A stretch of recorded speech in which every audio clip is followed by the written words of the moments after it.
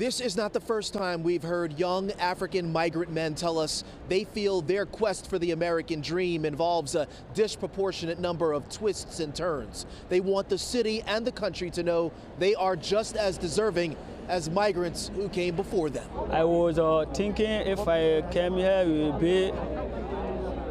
it will be all right for me. But it's not easy. 18-year-old AB, born in the West African country of Guinea, joining more than 1,000 other young African migrants in City Hall Park Tuesday.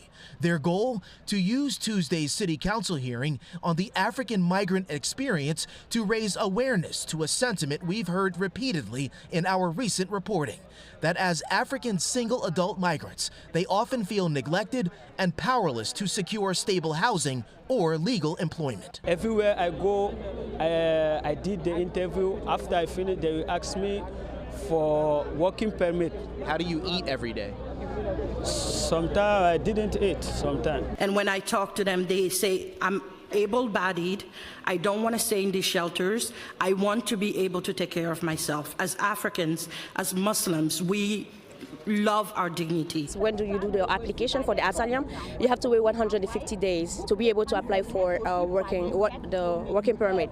So it's too long for them. Asitan Makaji is an outreach worker for African Communities Together. She says the African migrant experience is often unique and not in a good way. They're facing a lot of things in the shelter, racism, and that's why we are here today. We are fighting for their cause.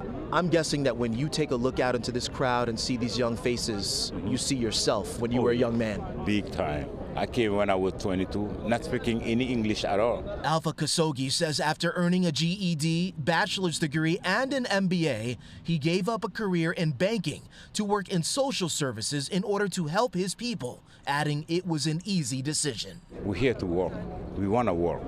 Take care of our family, take care of ourselves, paying taxes, of course, and have a better life, as promised by the United States itself.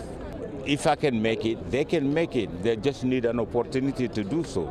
It's important to note that an asylum seeker's 150-day wait time for work authorization is a federal policy.